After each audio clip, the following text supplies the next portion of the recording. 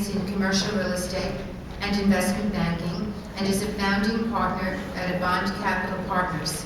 Avant Capital Partners is a commercial real estate lender headquartered in Greenwich, Connecticut, and with offices in New York City and Dallas. The company also maintains an origination presence in Buffalo, Miami, Scottsdale, and Chicago. The company finances stabilized and transitional commercial real estate nationwide, and is currently reviewing debt and equity financing requests from $500,000 to $25 million. Mr. Luysterborgh's responsibilities as the managing principal at Avant include corporate development, originations, investor relations, and he is a member of the investment committee. Mr. Luysterborgh. Thank you, and thank you to Anthony for inviting me here this afternoon. Please excuse me for using my notes during the talk. It's humbling to be here at the New York City Bar Building. We have portraits of the Supreme Court justices on the wall. Earl Warren has spoken here, Martin Luther King. So it's only natural that I should take the podium and speak about bridge lending.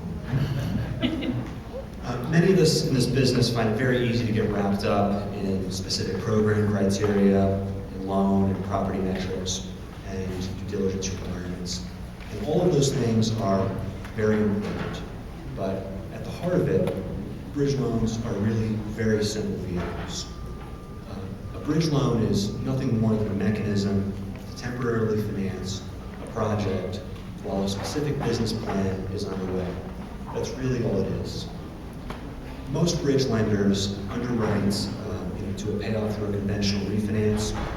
The really good bridge lenders require that the business plan has a reasonably strong chance of success and should, if successfully executed, lead to a payoff of the bridge loan. So underwriting bridge loans really can be simple, it can be easy, if you keep that in mind. I always ask myself when I'm reviewing a transaction, if my borrower successfully executes his business plan, will there be a viable exit for me, the bridge lender? If he falls down for some reason, can I successfully step into the transaction and pick up the ball? Or am I wading into deep waters in a potentially troublesome workout situation? It's really not rocket science. If it were, I wouldn't be doing it. One of the first questions that I ask mortgage brokers when they show transactions to me is, why does your borrower need a bridge loan? Answers to that question, there's very often obfuscation and very indirect answers, but there's always interesting information that I can gather in the answer, usually indirectly and through inference and by reading through the lines. But it really does cut to the chase, that question. Tell me, what are the negatives of the deal? Why isn't it conventionally financing? And that's really the heart of the issue.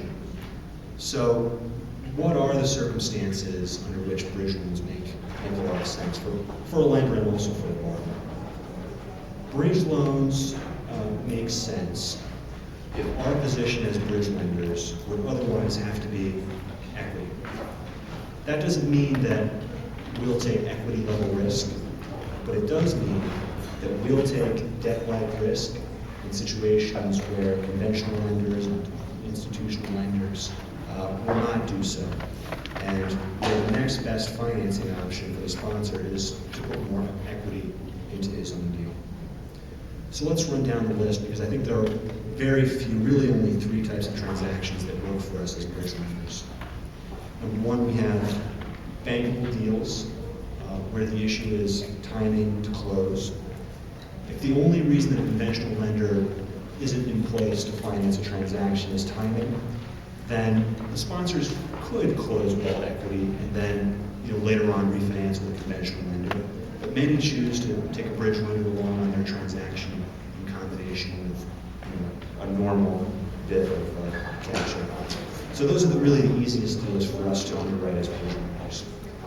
Number 2, we see a lot of deals where the transaction type is not bankable. If it's the transaction type that isn't bankable, the only way to finance the project is with either all equity or with some combination of bridge loan debt and equity. Now, this applies to things like discounted payoffs, which are typically not bankable just due to the very nature of what a discounted payoff is. Single note purchases, again, typically not bankable. Situations where there's a bankruptcy or financial reorganization involved, or cases where you have internationally based borrowers that have limited or no credit history in the United States. So third and finally, bridge loans make sense if the specific property or borrower isn't currently bankable, but there's a business plan that's contemplated that can rectify that situation. So the property may not currently cash flow, there may be vacancy, or the borrower is reorganizing his finances that should be hit for some reason or another. If we can understand the plan to turn that situation around and get comfortable with it, we can buy into these deals and we can assist as bridge lenders. When we're considering bridge loans, the key point to us is whether or not we believe we're going to be paid off in a timely manner and if there's going to be undue drama involved in the transaction. So these are really the points that we focus on. It's really, again, 3 points. The first is the business plan that is being contemplated to reposition the property, or in the case of borrower distress, reposition the borrower. We have to believe it's executable, and if it's successfully executed, it would lead to a conventional refinance or sale of the property, so that we can exit. Secondly, of course, we are commercial real estate lenders. We look at the property. If we had to take the property back, we think about what that would entail, and if it's a neighborhood that we want to go, and for the borrowers that we really never want to be in a fight with, or we'd be praying that every day after we write the loan that nothing goes wrong. And thirdly, and probably most important for us, is the quality of the sponsorship involved in the transaction. We're not a loan-to-own shop. We want to see experienced sponsors who are capitalized, to successfully execute their business plan. We want to see that they're strong enough to qualify for an exit loan, a conventional loan, to take us out. We want to see that they've completed similar projects in the past, and not just similar projects, but projects of the same size and with the comparable level of complexity. We want to see that they've been successful in those circumstances. So it sounds very simple to put it this way, but our bridge lending platform isn't about science experiments. It's not about trying to achieve mission impossible. It's about allocating our investors' dollars into deals where we can see very clearly that there's going to be principal return and yield. It really is that simple. Now that being said, it's true that we can structure around a lot of deal risks. We can be extremely creative lenders. We can take on risks that banks and other institutional level lenders are not going to be willing to take on. And the reason we can do that is we feel comfortable that we can step into a deal that goes sideways and make a deal that goes bad work. We're an entrepreneurial enough and nimble enough organization to do that. Before taking questions, I'd like to just go over a few specific transactions where we have pending term sheets or deals that we've done. The first deal is probably at the bottom end of our deal size range. It's a $1.4 million bridge loan for property in Harlem, Manhattan, where the use of proceeds is to pay off an existing bridge lender and then complete the construction of 8 units. Our takeout will be any bank lender or even Fannie Mae once the property is stabilized. On the higher end of the spectrum, we have a $25 million deal, which is secured by 30 very high-end luxury condos. It's actually 30 out of 110 that were developed. So we're taking out their construction lender, the tail end of the construction loan. And our exit on that deal is simply the sellout of remaining units. The third deal is it's an $8 million transaction where we're targeting to acquire a non-performing note and then simultaneously enter into a forbearance agreement with the employee sponsorship so that they can work through their some personal financial issues and hopefully be able to take us out conventionally in the next couple of years. And then the fourth deal involves it's a $2 million deal secured by a mixed-use property on the Upper West Side. The sponsors are foreign, they're actually Spanish nationals. They have limited credit here in the United States. They own this particular property free and clear, and they need some monies to make capital improvements to the property and also extract some equity that they can invest in their operating business.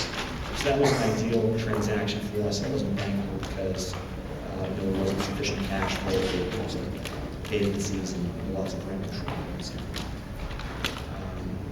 So does anybody have any questions about How long the term do you give? Our typical loan term is 12 months with 2 6-month extensions. That being said, we can go as long as 5 years. Since we're not institutionally funded, we manage an account with the family office. Our capital and how we deploy it isn't dictated by permit structure and things like that. What kind of interest rate? Our typical deal is priced anywhere from 10% to 13%, and then 2 to 3 points at closing, depending upon the leverage, size of the transaction, various risks. Would you bank the foreign investor? Yeah, we will. In fact, we did the deal that I mentioned in the Upper West Side with Spanish nationals. Typically, we are looking to stay at lower leverage of the borrower as a foreign national. And that's nothing against foreign nationals. It's about underwriting to conventional loan exit. And conventional bank lenders are fewer and further between for those borrowers that don't have established credit and a lot of assets here in the United States. So we try to limit our exposure and do those deals a little leverage. Is it pre-construction? Yeah, we do a lot of construction completion deals, and we can do development sites here in the city and also in Brooklyn and in Southern California, and we can even do vacant buildings and land and development sites here in New York City and Brooklyn, and also in parts of upscale Connecticut. Questions? Well, I'd like to thank you all, especially Anthony, for inviting me.